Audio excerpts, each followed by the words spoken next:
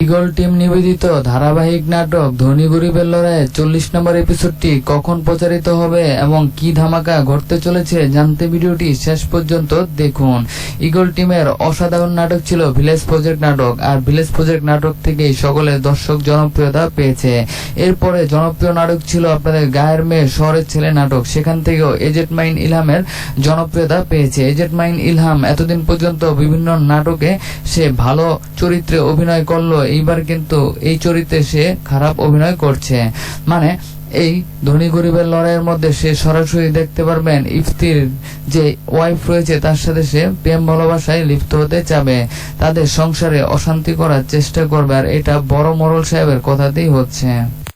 মোড়ল সাহেবের ছোট ভাই একজন জেদ্দি লোক, তাকে কিভাবে ঠান্ডা মাথায় মানুষের সেবা করতে হয়, মানুষকে কিভাবে ঠান্ডা মাথায় কনভিন্স করে তার বুকে লাথি মারতে হয়, এই বিষয়গুলোই তাকে সে শিখাচ্ছে।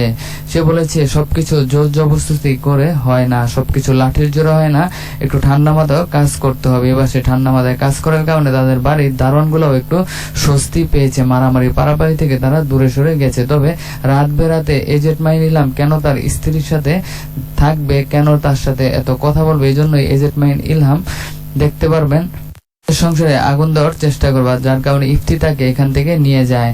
যাই হোক, নাটকটি অনেক বেশি দর্শক জনপ্রিয়তা পেয়েছে। নাটকটিতে সামনে দেখতে পারবেন মোড়ল বংশের মানুষ আসলে প্রতিশোধ নিতে যাচ্ছে ইফতি এবং তার পরিবারের উপর, কারণ তারা তাদেরকে জেলের ভাত খাইয়েছে। তবে এই সব কিছু থেকে নিস্তার এক সময় হবেই, তা আপনারা দেখতে পারবেন, এবং যতই বিপদ আসুক না কেন সেই ইফতির বাবা তার পাশেই থাকবে, কথা দিয়েছে।